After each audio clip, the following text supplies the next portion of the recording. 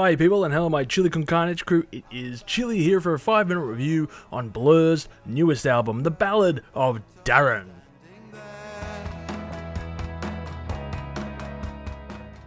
I had to recheck my Zodiac calendar because I'm sure when Tet rolled around, it was the year of the cat, not Damon Albarn. Chukman the moi my Viet viewers. It's only 4 months late, but oh well. So yes, 2023 has been a big year for Damon Albarn. He has released his wildly impressive 8th album, Cracker Island, under the Gorillaz banner only 5 months earlier, and now Blur have come in to become the wild card, and also released this new record. 2 Damon Albarn records in 1 year? That's rather impressive. Yes, that's right, you heard that correctly. The OGs of Britpop, Blur, have come together to release some new music, and their 3rd album from the last 20 years. I never really understood the battle of the Britpop between Oasis and Blur. To me it felt like comparison akin to, say, the Rolling Stones and the Beatles. I get it that both bands were successful around the same time, but both of these bands have vastly different sounds. I won't pretend to be an expert on Blur. Growing up, I only had their best of album, and I always felt that that was fine.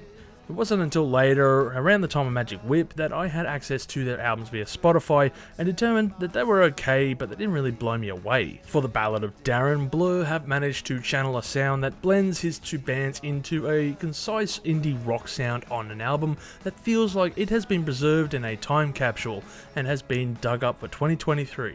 While at the same time feeling like a refreshing take on this era of music.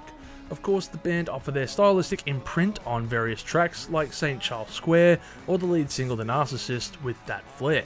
Other songs like The Ballad or Barbaric include the electronic drum kits that you would usually hear on a Gorillaz album, but on Barbaric it's only a very subtle sound, which instead focuses on the rhythmic churning of the guitars that slowly build up to the tune.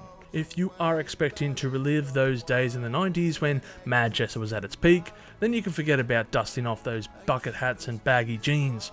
This album won't remind you of those days when you used to shelve enough pingers that you would become a human Pez dispenser, as its sound and lyrics have evolved to reflect a time that the band members' life when they have become retrospective of who they are and what they have achieved.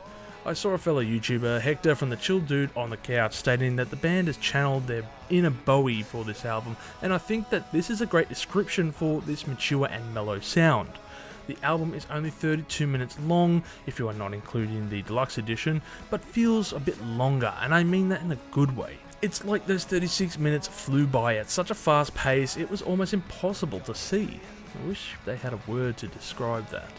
With all the times that I have replayed this record, I didn't grow tired of it. In fact, I would go as far to say is that the most of the music was decent, just nothing mind-blowingly memorable, excluding The Narcissist, and that's perhaps the biggest flaw with this album. Will it stand tall or be memorable years down the track?